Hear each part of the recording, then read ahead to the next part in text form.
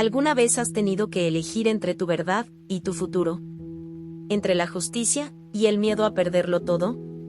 Yo sí. Y fue en ese momento, ante un informe falso y una sonrisa arrogante, que descubrí quién era realmente.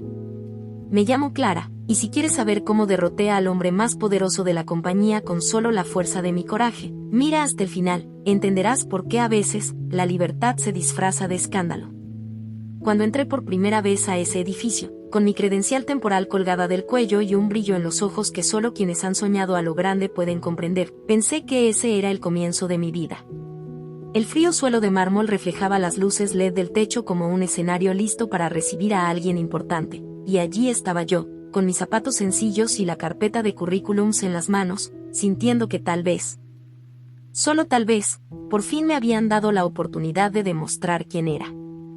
Fui la primera de mi familia en conseguir unas prácticas en una multinacional, la primera en estudiar contabilidad, la primera en hablar de inversiones con naturalidad, en comprender cómo el interés compuesto funcionaba como un arma de doble filo, amasando fortunas para algunos, destruyendo sueños para otros.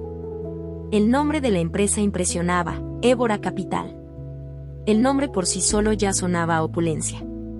Era el tipo de empresa donde los hombres vestían traje incluso con el calor, y las mujeres sonreían sin enseñar los dientes, mientras cerraban contratos millonarios con una mano y sostenían copas de champán con la otra. Y yo era solo la becaria de contabilidad. Negra, con el pelo rizado recogido en un moño, sentada en un rincón de la sala, casi siempre en silencio, absorta en hojas de cálculo que nadie quería revisar. Me llamaban la chica de los números. No sabían mi nombre. Nunca me preguntaron. Pero lo vi todo. Las idas y venidas de las tarjetas de crédito corporativas, los asientos extraños en las cuentas conjuntas de la Junta, las inversiones en paraísos fiscales que no coincidían con los extractos bancarios internos. Lo anoté todo. No porque quisiera informar, sino porque así aprendí a sobrevivir, prestando atención a cada detalle. Desde niña, crecí oyendo a mi madre decir que, para nosotros, equivocarse era un lujo. Que teníamos que ser 3 veces mejores para que nos trataran la mitad de bien. Así que trabajé el doble.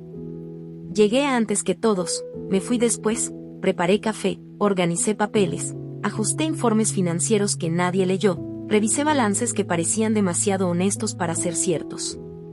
Y fue en uno de esos largos días, con la ciudad durmiendo a la intemperie y yo solo en la sala de auditoría, que algo me llamó la atención. Una cifra, solo una cifra que no cuadraba. Una liberación de $2.493.000,00 a nombre de una empresa fantasma, directamente vinculada al sector de inversiones de alto riesgo, que luego, por arte de magia, apareció como beneficio a fin de mes. Leí ese informe 3 veces. Luego lo imprimí. Después revisé todos los meses anteriores. Se repetía la misma transferencia. La cantidad cambiaba, el nombre de la empresa cambiaba, pero el destino siempre era el mismo, una cuenta en el extranjero vinculada al CPF del director general. Y fue entonces cuando me quedé sin aliento. Porque eso no fue solo un error. Fue un fraude. Y un fraude grave. Esa noche no dormí. Miré los papeles como si fueran cartuchos de dinamita a punto de explotar. Sabía lo que significaban. Sabía que mi vida podría acabar en ese mismo instante si alguien descubría que yo lo sabía. Pero también sabía que si me callaba, sería cómplice. Y no quería vivir con eso. Al día siguiente, llegué temprano. La sonrisa del director ejecutivo, Rodrigo Ventura, me esperaba en el pasillo. Una sonrisa blanca y contenida, de esas que no le llegan a los ojos. Siempre parecía saberlo todo. Pero no sabía que yo la había visto. Todavía no. Y eso fue solo el comienzo. La sala de archivos digitales estaba silenciosa y fría, como si los secretos de la empresa vivieran allí, congelados entre hojas de cálculo y firmas digitales. Llevaba semanas sentada en esa silla, revisando datos, cruzando información, pero esa mañana todo tenía un peso diferente. Era como si los números me devolvieran la mirada, como si gritaran en silencio, mira otra vez, Clara. Y lo hice. Retomé el informe. La transacción de casi 2,5 millones realizada por una empresa llamada Silton. Grupo que, tras una investigación más exhaustiva, ni siquiera existía en la base de datos del IRS. Fui al sitio web del IRS e ingresé el CNPJ. Y datos inconsistentes. Empresa inactiva desde 2014. Se me aceleró el corazón. Esto está mal, susurré, como si alguien pudiera oírme. Cogí el teléfono fijo y marqué la extensión de la supervisora de contabilidad, Renata. ¿Renata? Soy Clara. ¿Puedo enseñarte algo? Estoy ocupado, Clara. Envíalo por correo electrónico. Es que es algo serio. Tiene que ver con un informe financiero que no cuadra. Ay, chica, ¿qué crees que vas a descubrir? Trabajamos con millones a diario. Los números nunca cuadran. Envíalo por correo electrónico.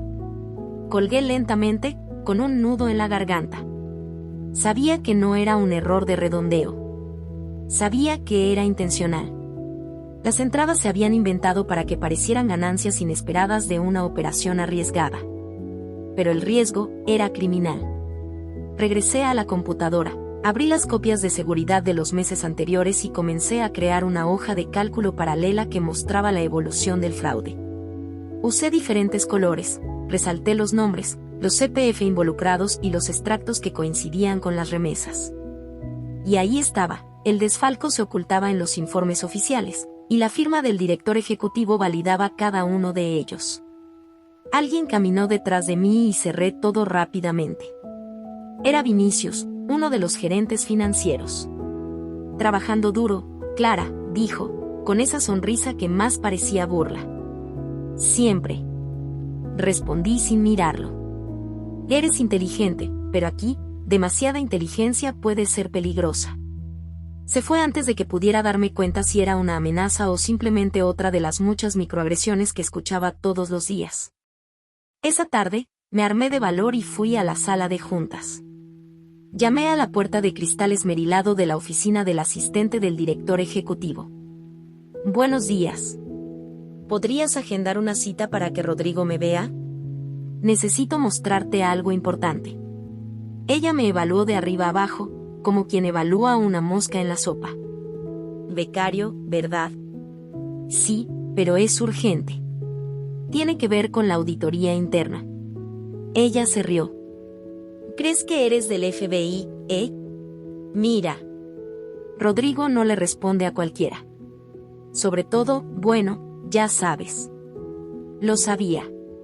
Sabía exactamente a qué se refería. Pero insistí.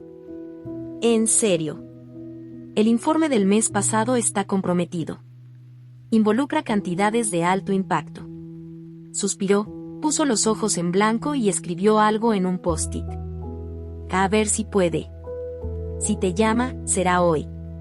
Estate atento. Regresé a mi escritorio con las manos frías y el corazón acelerado.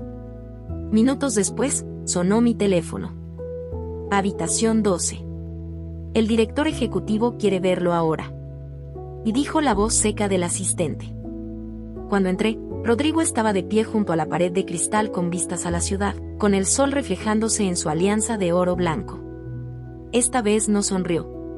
Y Clara, ¿verdad? Sí, señor.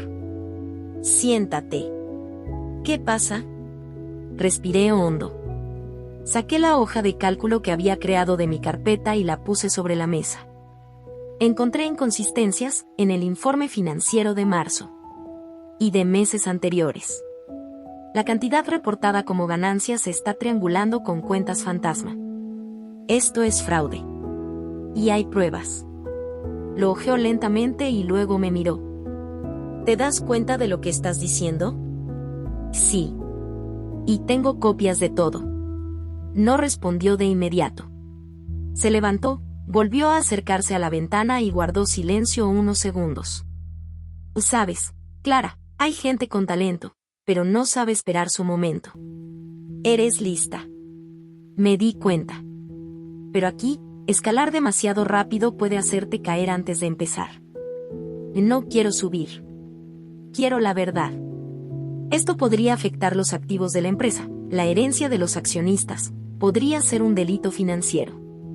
Se dio la vuelta y su sonrisa apareció por primera vez. Clara, ¿tienes idea de cuánto vale Évora Capital? Movemos millones cada trimestre. Las ganancias que aparecen allí son las que mantienen cientos de empleos, incluido el tuyo. ¿Y qué pasa con las desviaciones? ¿Quién se beneficia realmente? Se apoyó en la mesa, con los ojos fríos. Te daré un consejo. Que nadie me dio cuando empecé. Quema esa hoja de cálculo. Vete a casa. Mañana te conseguiré un contrato de prácticas indefinido. Triplicaré tu sueldo. Más beneficios. Cuenta conjunta con gratificación trimestral. Te gustará. ¿Eso es un soborno? Esto es supervivencia. Me puse de pie con las manos temblorosas. Haré lo correcto. Aunque tenga que enfrentarme a un imperio. No respondió. Simplemente me miró como a alguien que acaba de perder el control de un juego que siempre creyó dominar. Y fue en ese momento que su sonrisa desapareció. Salí de aquella habitación como si el suelo hubiera desaparecido bajo mis pies. La conversación con Rodrigo aún resonaba en mi mente, cada palabra que decía goteaba como un veneno invisible.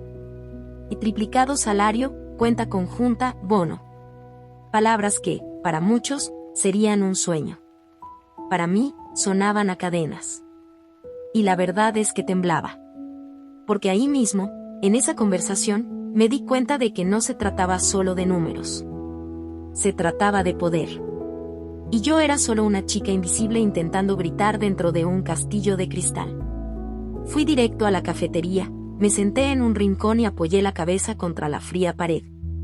Tomé el celular y llamé a mi tía, abogada, la única persona en quien confiaba para algo tan serio. Tía Lucía. Encontré un fraude. Uno gordo. Involucra al director ejecutivo de la empresa. Ella se quedó en silencio por un segundo. ¿Tienes pruebas? Sí, tengo. Informes, hojas de cálculo, extractos bancarios, y él intentó comprarme para que guardara silencio. Y Clara, escucha con atención. Si esto es cierto, necesitas protegerte. Y necesitas un abogado ya. Te metiste con gente que mueve millones. Esto no es solo un crimen, es una guerra. Anoté todo lo que me dijo. Pero antes de actuar, intenté hacer lo correcto. Regresé a mi escritorio, redacté un informe formal y lo llevé al Departamento de Ética y Auditoría. Lo presenté de forma anónima, como me indicaron. 3 días después, me citaron para hablar con el director legal. Y Clara, ¿verdad? Y dijo sin apartar la vista del ordenador. Sí, señor. Recibimos su informe, y lo analizamos. Es posible que los datos sean incorrectos. Quizás haya malinterpretado algo, lo cual es normal para una becaria al comienzo de su carrera. Lo revisé todo. Los montos, los vínculos a cuentas en el extranjero, el CPF de Rodrigo involucrado en las transacciones. Él respiró profundamente. ¿Entiendes el riesgo de hacer una acusación así? Estamos hablando de activos de la empresa. Reputación. Demandas. Podrías ser demandado por difamación si te equivocas. Sé lo que vi. Y lo tengo todo documentado. Cerró el cuaderno lentamente. Que quede entre nosotros, ¿vale? Analicémoslo con calma. Pero te recomiendo que no hables de esto con nadie más. Salí con un nudo en el estómago. Gritaba, pero nadie quería oírme. Esa tarde, mi correo corporativo fue bloqueado temporalmente por razones de seguridad. Mi credencial falló 2 veces al pasar por el torniquete. Y un compañero de informática, en un susurro, me advirtió. Están borrando tu historial. Te están quitando el acceso. Clara, ellos lo saben. Al día siguiente, recibí una carta en casa, entregada por un mensajero en motocicleta. Era una advertencia interna. Afirmaban que había accedido a documentos confidenciales sin autorización expresa de la gerencia. Me dieron 48 horas para responder. Corrí hacia la tía Lucía. Están intentando intimidarme, tía. están intentando silenciarme. Así que, luchemos. Registraremos todo lo que tienes ante un notario. Y presentaremos una denuncia formal ante la CVM y el Ministerio Público. Pero se necesita valentía. Te vas a meter con gente importante. Podría costarte tu futuro en este sector. Pensé. Mucho. Lloré. Recé. Y a la mañana siguiente, subí al piso 18. Rodrigo estaba en una reunión. Pero le dejé una copia de la hoja de cálculo y una carta en su escritorio. Escribí: pueden intentar silenciar mi voz. Pero los números hablan. Y no me detendré. Ni por miedo, ni por millones. Bajé las escaleras lentamente, sintiendo cada paso como una carga. Pero por dentro, algo dentro de mí se elevaba. Ya no era la becaria invisible. Yo era la mujer que sabía demasiado. A la mañana siguiente, mi nombre estaba en la lista de reuniones internas. La reunión estaba programada para las 10 de la mañana, en la sala ejecutiva 21. Sin explicación. Sin aviso. Solo mi nombre, disperso entre los de gerentes y directores a quienes rara vez veía en persona. Se me revolvió el estómago. Sabía lo que significaba. Y aún así, fui de todos modos. Entré al ascensor con las palmas sudorosas, el corazón a flor de piel, la mente tan desorganizada como el extracto de una tarjeta de crédito después del cierre. La habitación 21 estaba revestida de madera oscura y olía a cuero y electricidad. Rodrigo ya estaba allí. Sentado, sonriendo. Clara. Me alegra que hayas venido. Siéntate aquí, por favor. Había otras 2 personas en la sala. Un hombre de traje oscuro que se presentó como consultor externo de gobernanza, y una mujer que apenas me miró, anotando algo en una tableta. Bueno, dijo Rodrigo, entrelazando los dedos sobre la mesa, parece que tienes algunas preocupaciones sobre nuestros informes financieros. Y, sinceramente, lo admiro. Demuestra iniciativa, responsabilidad y cierta audacia. No respondí. Me quedé mirando. La misma expresión que ponía mi madre cuando sabíamos que algo andaba mal en casa y nadie quería decirlo en voz alta. Continuó. Lo que me preocupa, Clara, es el tono con el que has estado tratando estos descubrimientos. Palabras como fraude, delito, blanqueo de capitales, son fuertes. Sobre todo cuando involucran activos que valen miles de millones. ¿Lo entiendes, verdad? Lo entiendo.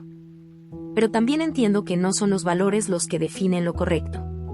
Son los principios. Sonrió. Más amplia esta vez. Esa sonrisa que, hasta hacía poco, hipnotizaba a todos a su alrededor. Pero ahora, era como ver el barniz agrietado de un mueble viejo. Hermoso por fuera, podrido por dentro. Clara, seamos adultas. Eres joven y prometedora. ¿Y en serio? Es raro encontrar gente como tú. Gente que entiende los números como tú.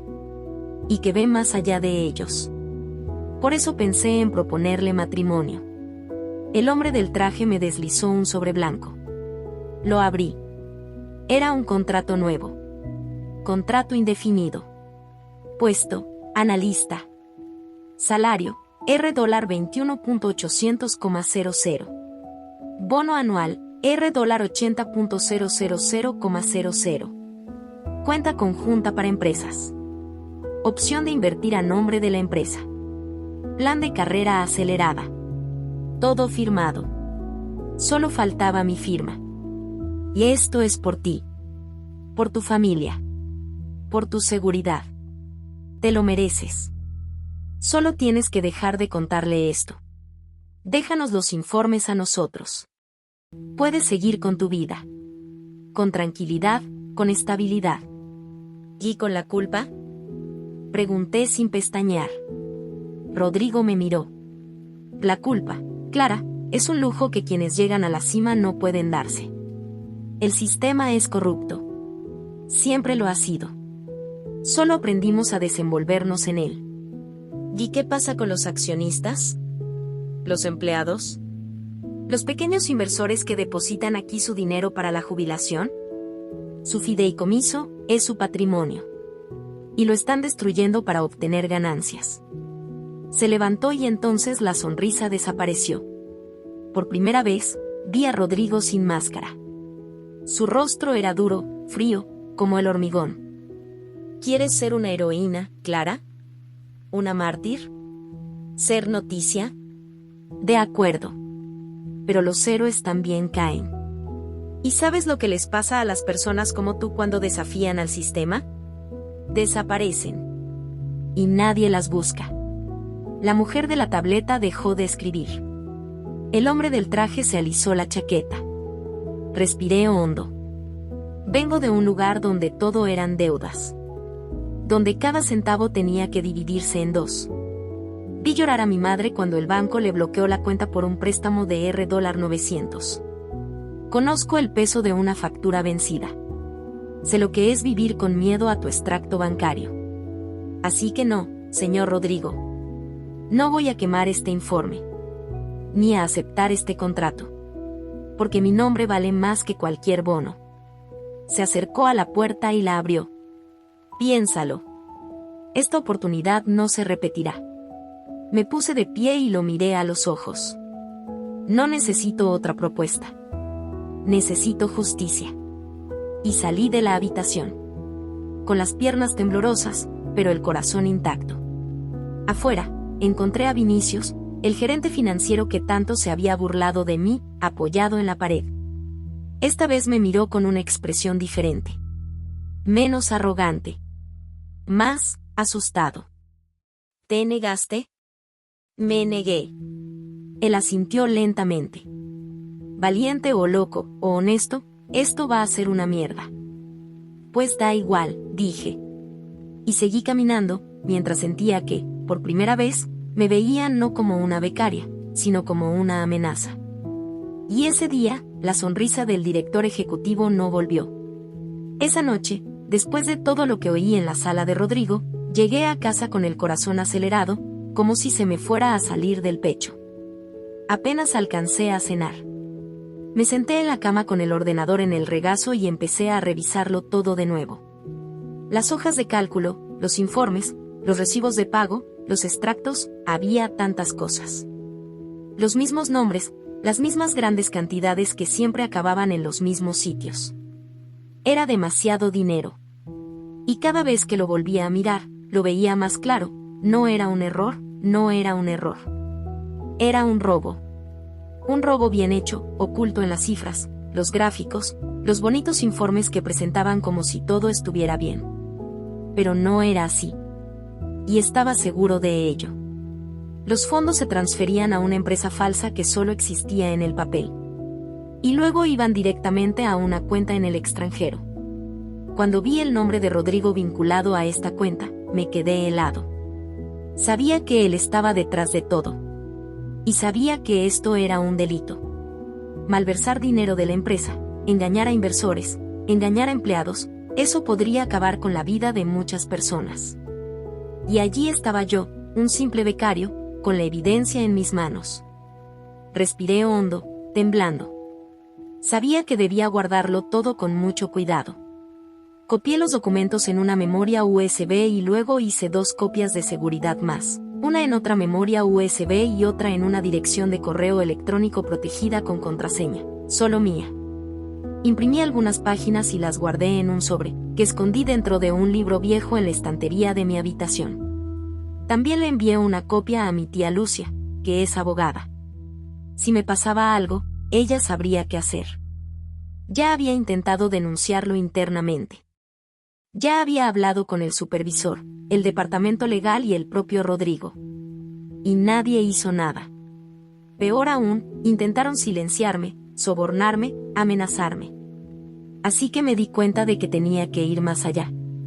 Tenía que llevarlo a alguien que realmente pudiera investigarlo. Fue entonces cuando escribí una queja formal. Usé un lenguaje sencillo y claro, explicando cada punto. Adjunté los documentos, las cantidades malversadas, los nombres de los implicados y extractos de los correos electrónicos. También envié la grabación de una reunión que encontré en los archivos de la empresa, donde Rodrigo dijo, riendo, que ninguna agencia gubernamental perdería el tiempo con centavos entre miles de millones. Se rió, como si nada fuera a pasar. Eso me dio más fuerza, más certeza de que debía actuar. Envié todo al Ministerio Público, la agencia que se encarga de los delitos financieros, y también a una periodista de Revista Capital, que ya había escrito artículos sobre corrupción en grandes empresas. Usé un nombre falso, Numbergel. No quería aparecer todavía, no quería correr riesgos.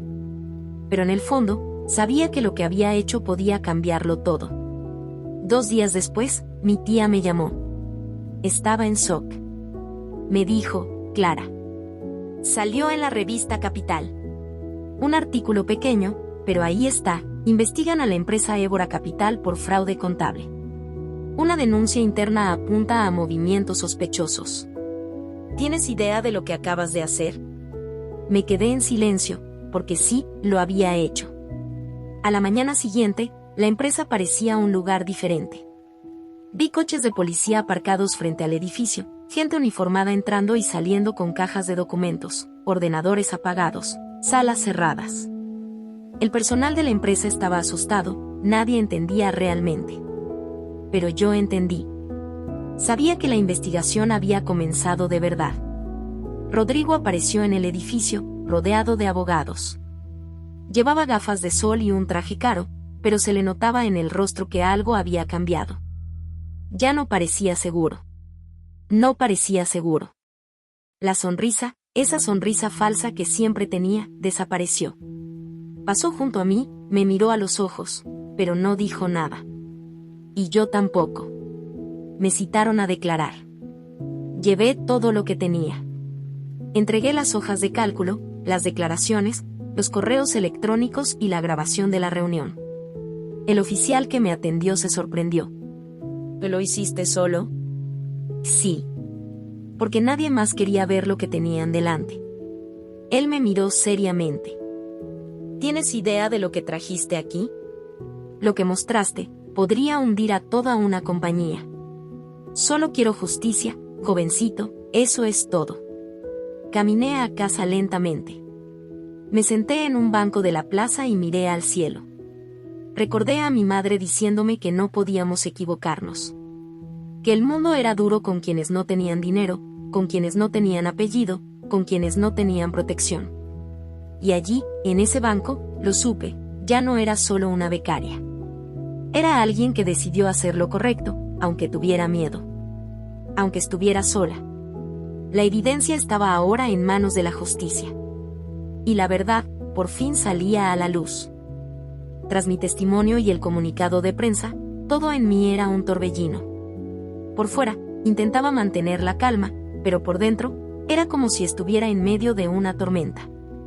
En la empresa, la gente me miraba de forma diferente. Algunos con respeto, otros con rabia, y algunos con esa mirada de miedo, como si vieran una bomba de relojería moviéndose por los pasillos.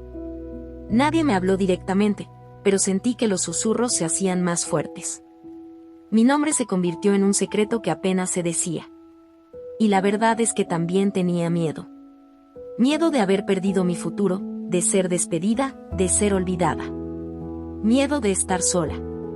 Porque aunque sabía que hice lo correcto, hacer lo correcto a veces duele más que hacer la vista gorda.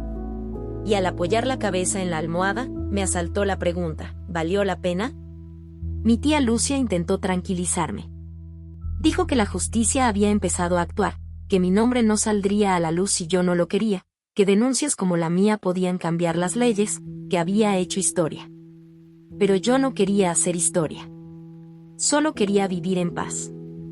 Quería poder entrar en una empresa, trabajar con números, con hojas de cálculo, sin tener que cargar con la carga de saber demasiado. Pero ya no había vuelta atrás. Había descubierto algo demasiado grave. Algo demasiado sucio.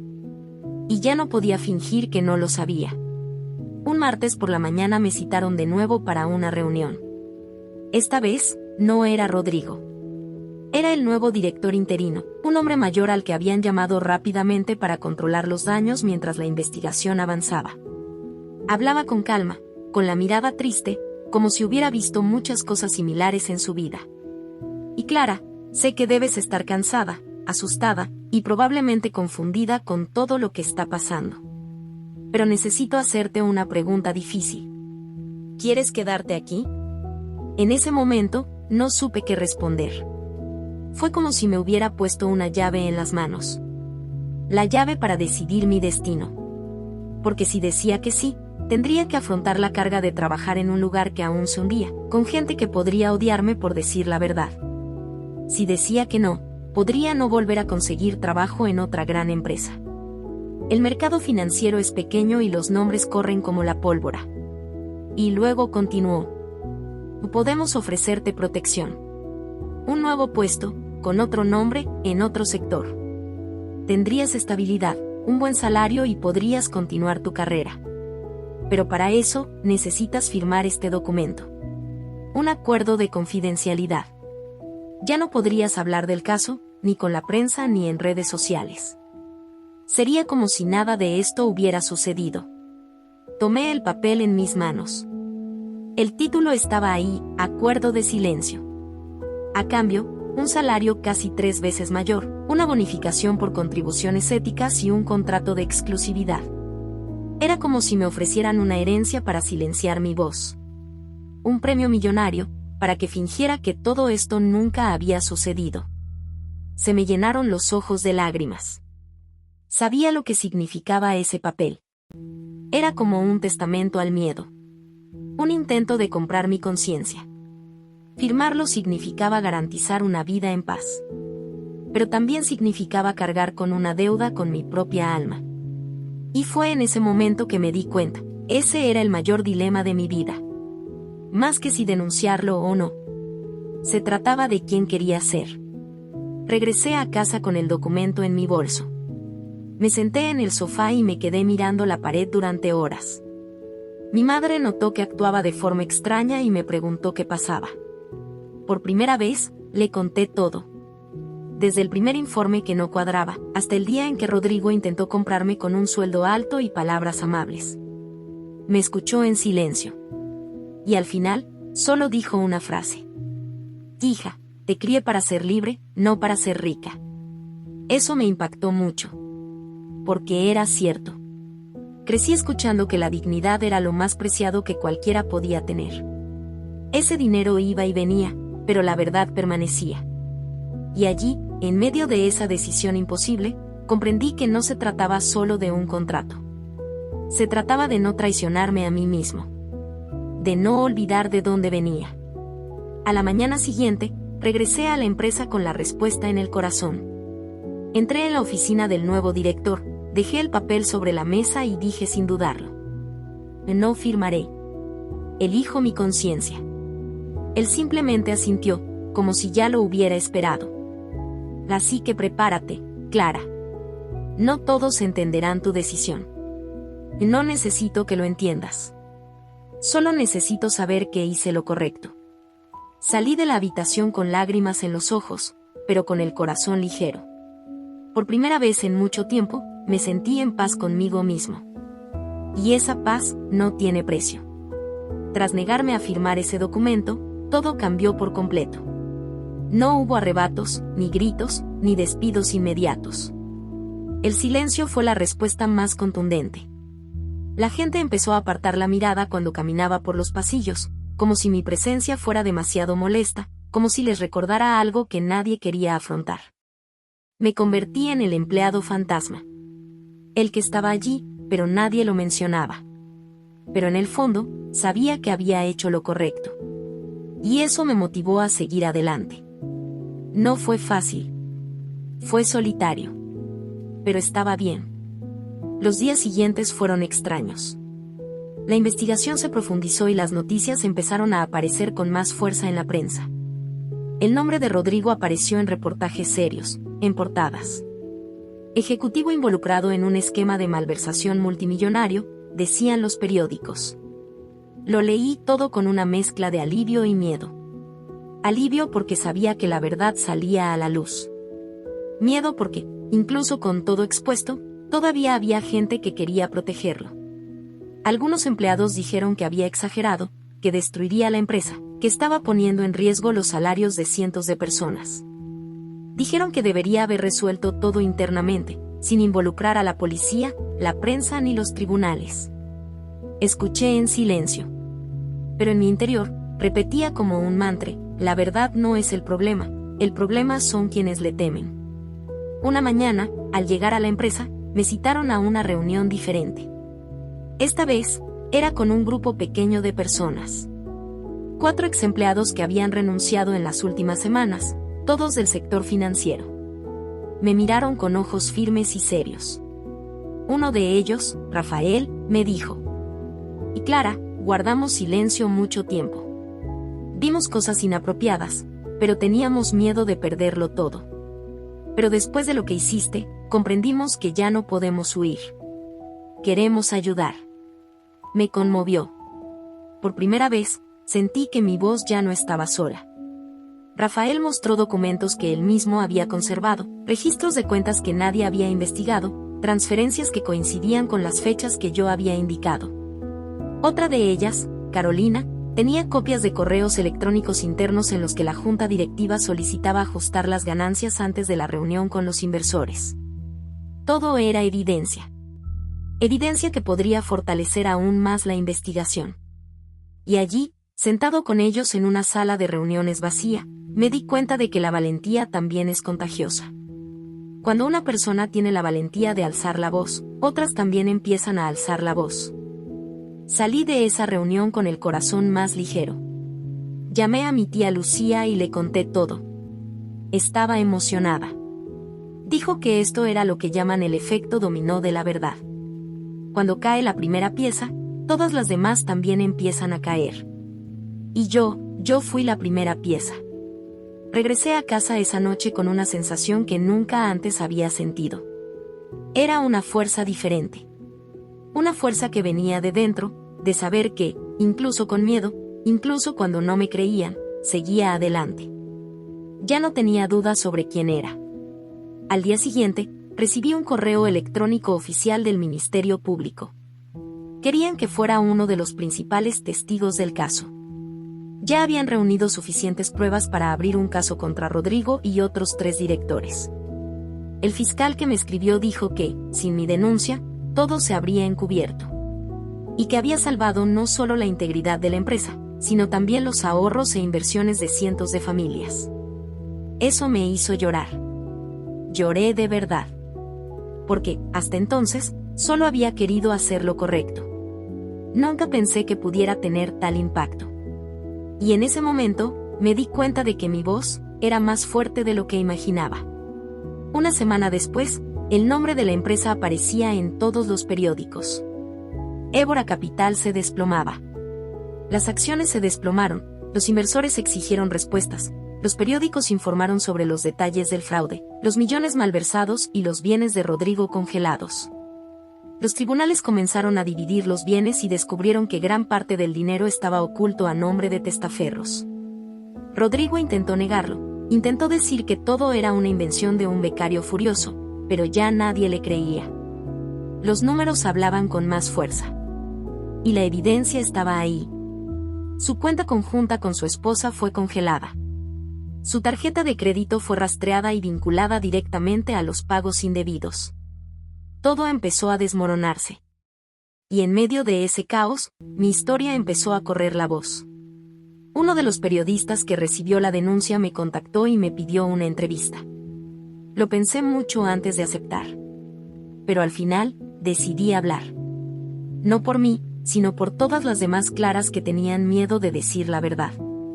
En la entrevista, hablé con el corazón. Lo conté todo. Hablé de mi madre, de las facturas atrasadas, de los días en que el banco llamaba para cobrar, de lo mucho que trabajamos para que yo pudiera estudiar. Hablé del día que vi el fraude, de lo difícil que fue armarse de valor. Y, al final, dije una frase que me salió del alma. Creemos que solo quienes tienen millones pueden cambiar las cosas. Pero a veces, basta con una persona común y corriente, que decide no callarse. La entrevista se emitió y tuvo un gran impacto. Recibí mensajes de personas de todo Brasil. Me agradecían, me contaban que habían pasado por cosas similares, que también habían sido silenciadas. Las mujeres, en particular, dijeron que se sintieron más fuertes después de escuchar mi historia. Y ahí comprendí, la valentía de una sola voz puede hacer que el mundo entero escuche. El día del arresto de Rodrigo Ventura comenzó como cualquier otro. El cielo estaba nublado, el viento frío soplaba contra los altos edificios del centro de la ciudad, la gente corría de un lado a otro, sin saber que dentro de uno de esos edificios, un imperio entero estaba a punto de derrumbarse. Fui a trabajar como siempre, entré por la puerta lateral con mi credencial casi caducada, miré los pasillos y sentí que el aire era diferente. Demasiado silencioso. Nadie hablaba en voz alta. Nadie sonreía. Era como si todos esperaran lo inevitable. Y yo sabía que estaba a punto de ocurrir. A las 10 de la mañana oí las sirenas. Sentí un escalofrío recorrer mi espalda. Miré por la ventana y vi llegar los coches de policía, 1, 2, 3. Agentes de policía trajeados, con maletines en la mano, entraron al edificio con prisa y autoridad. Nadie los detuvo. Nadie preguntó nada. Ya sabían por qué. En cuestión de minutos, los teléfonos móviles empezaron a sonar. Seguridad corrió a los pisos superiores. Y entonces, el sonido de zapatos sobre mármol. Pesados. Rápidos. Decididos. Dejé mi escritorio y fui al vestíbulo del piso 18, donde estaba la oficina del presidente. No quería perderme ese momento. Quería verlo con mis propios ojos. Rodrigo estaba allí. Sentado. Camisa blanca, sin corbata, con el rostro pálido y la mirada perdida. Cuando llegó la policía, intentó aparentar calma. Pero la verdad es que ni todo el dinero del mundo puede ocultar el miedo de alguien que sabe que todo ha terminado. Rodrigo Ventura queda arrestado por sospecha de fraude contable, malversación de fondos, lavado de dinero y falsedad ideológica. Tenemos una orden de arresto emitida por el Tribunal Federal. Por favor, póngase de pie. Se levantó lentamente, como si supiera que ya no tenía a dónde escapar. Su mirada recorrió la habitación, como buscando apoyo, un rostro amigo. Pero no lo encontró. Toda la compañía observaba en silencio. Yo, de pie en la esquina del pasillo, sentía el corazón latir tan fuerte que parecía que todos lo oían. Y entonces me vio. Sus ojos se encontraron con los míos. Y por un segundo, solo un segundo, vi miedo. El miedo puro de un hombre que había amasado una fortuna con mentiras y ahora tenía que enfrentarse a la verdad. Cuando pasó a mi lado, esposado y escoltado por los agentes, bajé la mirada. No por miedo, sino por respeto a mí mismo. Porque en ese momento comprendí que la justicia no requiere venganza. Requiere valentía. Y la mía ya había hecho lo que debía hacer. La noticia se extendió rápidamente. En televisión, en radio, en internet, en todas partes, era de lo único que se hablaba. Évora Capital, una de las mayores empresas de inversión del país, estaba siendo investigada oficialmente por fraude multimillonario. Los periódicos usaban palabras como escándalo, colapso, caída del imperio. Y allí estaba yo, viéndolo todo en silencio, sabiendo que había sido la primera ficha de dominó, la primera chispa. A Rodrigo le congelaron los bienes, le congelaron las cuentas, le incautaron sus coches de lujo. Su mansión, que parecía intocable, fue allanada por los investigadores. Incluso descubrieron una caja fuerte escondida detrás de una estantería, llena de joyas, dólares y contratos falsos. Todo era surrealista. Y, al mismo tiempo, tan real para mí. Porque conocía esos documentos. Esos nombres. Vi todo crecer en secreto, hasta que ya no cabía en las sombras. La empresa empezó a desmoronarse desde dentro. Los inversores retiraban sus inversiones, los clientes exigían explicaciones y las acciones se desplomaban. Era un caos absoluto. Lo que antes era un castillo intocable ahora estaba en ruinas. Despedían gente, cerraban departamentos, se incumplían promesas. Algunos compañeros me miraban con enojo, diciendo que lo había arruinado todo. Pero otros me miraban con gratitud. Con respeto. Porque sabían que lo podrido tenía que ser derribado. Y que lo que yo hacía era limpiar el suelo que otros también pisaban sin saberlo. Mi madre veía las noticias en casa con lágrimas en los ojos. No de tristeza, sino de orgullo. Les decía a sus vecinos: mi hija hizo lo que muchos adultos temían hacer. Y lo hizo con honestidad. Con el corazón. Un día llegué a casa y encontré una nota escrita a mano en mi cama. Era de ella. Hija, tu valentía es mi mayor tesoro. El mundo puede arrebatárnoslo todo, menos quienes somos. Y tú eres luz. Nunca te dejes apagar por miedo a la oscuridad ajena. Te quiero, mamá. Leí esa nota con manos temblorosas. La guardé como un trofeo. Porque era todo lo que necesitaba. No eran millones. No era un contrato. Era amor. Era verdad. Lo era todo. Tiempo después, recibí una llamada del Ministerio Público. Me invitaron a participar en una audiencia pública sobre ética en el sector financiero. Querían escuchar mi historia. Querían que contara cómo era ser una voz solitaria contra un imperio. Pensé, respiré hondo y acepté. Fui allí con la frente en alto. Hablé ante una sala llena de personas importantes. Utilicé palabras sencillas. Les hablé de mi miedo, mi dolor, mi lucha. Y al final, miré a todos y dije: nunca imaginé que un informe financiero pudiera cambiarme la vida tanto. Pero lo que me liberó fue no vender mi verdad. Y si algo he aprendido de todo esto es que la integridad no se trata de tener la razón. Se trata de elegir no venderte. Incluso cuando todo parece más fácil. La sala aplaudió. Algunos lloraron. Y yo, simplemente sonreí. Porque en ese momento comprendí que mi valentía ya no era solo mía. Se había convertido en una semilla. Y alguien, en algún lugar, la recordaría cuando llegara el momento de elegir entre el silencio y la verdad. Cuando la situación empezó a calmarse y Évora Capital dejó de ser el gigante temido de antaño, mi vida también empezó a cambiar. Poco a poco, me fui alejando del papel de la becaria que desenmascaró al director ejecutivo y ahora era vista como alguien que realmente había marcado la diferencia. No fue rápido. Ni fácil. Durante un tiempo, todavía tenía miedo de salir a la calle y encontrarme con algún cazatalentos, alguien vengativo, alguien que pensara que lo había arruinado todo.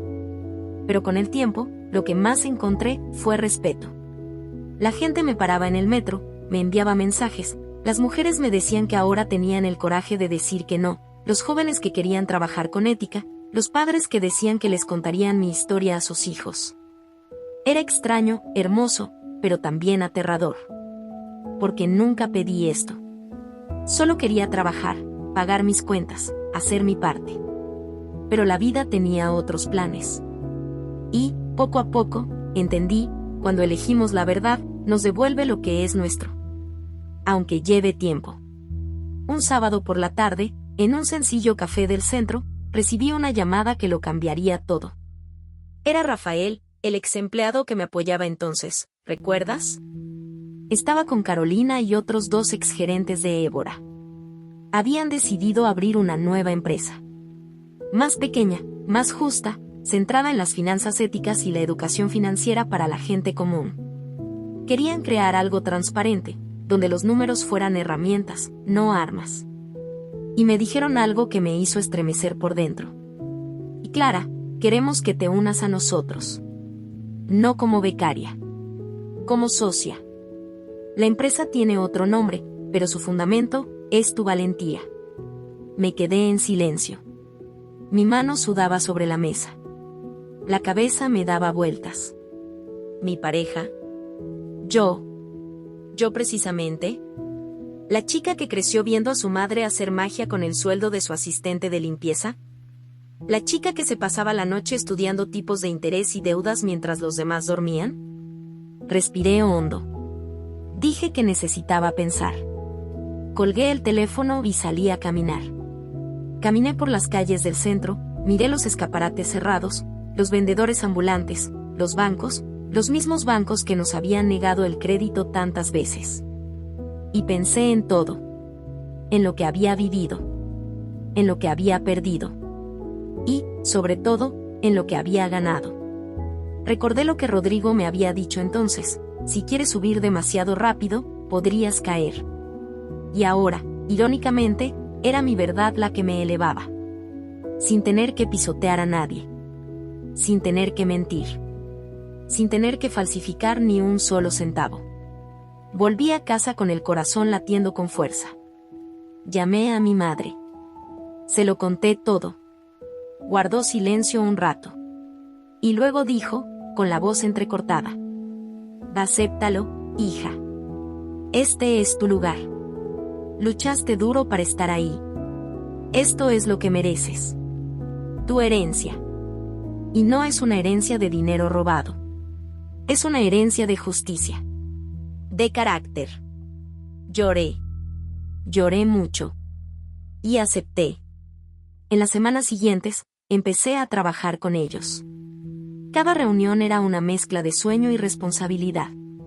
Creamos una empresa pequeña pero con un propósito. Creamos programas gratuitos de orientación financiera para familias endeudadas. Dimos charlas en escuelas públicas y enseñamos a jóvenes a evitar las trampas del crédito fácil. Y todo esto se basó en lo que había aprendido, con dolor. Convertimos mi queja en una misión. Y, en pocos meses, empezamos a crecer. Los clientes empezaron a confiar en nosotros. La gente volvió a creer que es posible trabajar con números y, al mismo tiempo, tener corazón. Y cada vez que entraba en esa sala y miraba mi escritorio, ahora con mi nombre en la puerta, recordaba a Clara, que antes tenía miedo de hablar. Y me sentía orgullosa de mí misma. Una vez, en un evento, una señora se me acercó con lágrimas en los ojos. Me dijo que su hijo había perdido todo su dinero en una empresa que mentía en sus informes. Y que, después de mi historia, había vuelto a estudiar. Quería ser auditor. Quería luchar por la justicia. Me abrazó fuerte. Y dijo: no tienes idea de lo que tu voz ha hecho por nosotros. Has salvado a más personas de las que imaginas. Y entonces entendí. La herencia que Rodrigo había intentado ocultar era la que me liberaría. No era dinero. Era significado. Era justicia. Era el futuro. Tiempo después, supe que el caso en su contra seguía vigente. La división de bienes reveló aún más secretos, más cuentas ocultas, más contratos falsos. Pero ya no me dolía. Ya no me asustaba. Porque sabía que mi parte ya estaba hecha. Y que, cada día, más gente hacía lo mismo. La verdad se extendía como una semilla en el viento. Y, con suerte, se convertiría en un bosque. En la última reunión del año, nuestra empresa hizo balance. No solo de las ganancias, sino también del impacto. Y allí, sentado en esa sala, con mi socio en la silla, mi nombre en los documentos y mi voz respetada, comprendí, a veces, lo que parece el final, es solo el principio. Y lo que parece una caída, es solo la base de algo más grande. La chica invisible de Évora era ahora un ejemplo. No por ser perfecta, sino porque decía que no cuando todos decían que sí. Porque se ponía de pie cuando todos decían, arrodíllate. Y allí, en ese lugar, heredé más que una nueva carrera. Heredé mi libertad. El tiempo ha pasado. No mucho, pero lo suficiente para sanar algunas heridas. Lo suficiente para mirar atrás y comprender todo lo vivido. Y ahora, sentada frente a un mundo nuevo, veo con más claridad, la chica que una vez temió ser olvidada, se ha convertido en un recuerdo vivo en el corazón de mucha gente. No por fama. No por dinero. Sino por haberse atrevido a ser auténtica cuando lo más fácil habría sido callar. Hoy entiendo que la libertad no llegó de repente. Llegó poco a poco, en el silencio de mi elección, en la paz que sentía al aferrarme a mis propios valores como quien se aferra a su propio nombre. Y cuando te aferras con fuerza a quien eres, nadie te lo puede arrebatar. Juicio del caso Évora tuvo lugar meses después. Fue noticia en todo el país. Rodrigo se sentó en el banquillo de los acusados con la mirada perdida, sin la altivez que el mundo solía ver en él. Parecía más pequeño. Frágil. pero no fui allí para verlo caer. Fui a ver cómo se hacía justicia. Me senté al fondo de la sala, con mi tía Lucia a mi lado, y escuché los informes. El juez habló de malversación de millones, cuentas ocultas, contratos falsificados, destrucción de pruebas. Los abogados intentaron suavizar la situación, como siempre hacen, pero los documentos estaban allí. Las firmas, los extractos bancarios, los correos electrónicos, los registros de la cuenta conjunta con transacciones sospechosas. Todo era real. Indiscutible. Y cuando el juez dictó sentencia, cuando dijo con voz firme que Rodrigo cumpliría años de prisión por delitos contra el sistema financiero, lloré. No de alegría, sino de alivio. Porque me había quitado ese peso de encima. Ese nudo en la garganta que llevaba desde el día que vi el primer informe incorrecto, finalmente desapareció. Al salir del juzgado, no estaba rodeado de periodistas. No había flashes ni entrevistas. Solo un cielo despejado y una ligera brisa. Caminé por la acera como una persona normal. Y entonces me di cuenta, esto era lo que más deseaba. Ser normal. Libre. En paz. La vida volvió a fluir con más ligereza. La nueva empresa iba bien, creciendo con calma y honestidad. Cada nuevo cliente era recibido como un compromiso con lo que creíamos. Y cada vez que entraba en una nueva sala de reuniones, ahora como socio, con mi nombre en letras grandes en la etiqueta, recordaba a la chica que estaba en la esquina, temerosa incluso de equivocarse en una hoja de cálculo. Y sonreí por dentro. Porque había ganado. Una tarde, recibí una llamada diferente. Era de la universidad donde me gradué. Querían invitarme a dar una conferencia. Para hablar de ética, de decisiones, de valentía. Lo pensé mucho antes de aceptar. Pero acepté. Porque entendí que compartir la verdad es plantar más semillas.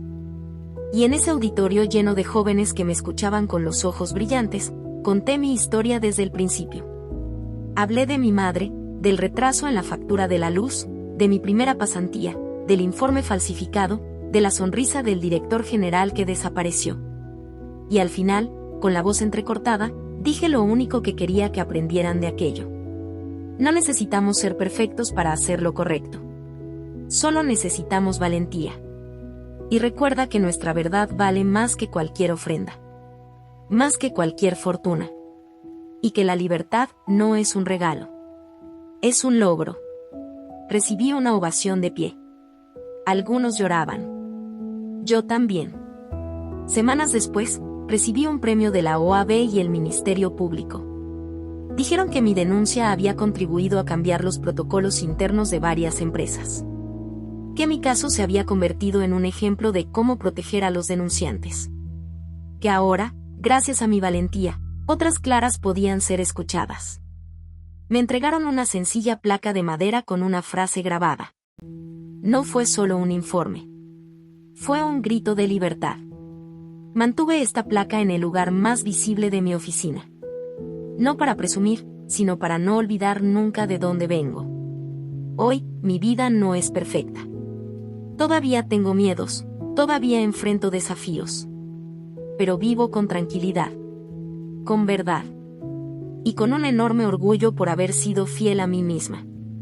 A veces, en las noches más tranquilas, todavía escucho la voz de mi madre susurrándome, hija, no nacimos para callar. Y sonrío. Porque tenía razón. No me quedé callado. Y gracias a eso, me liberé.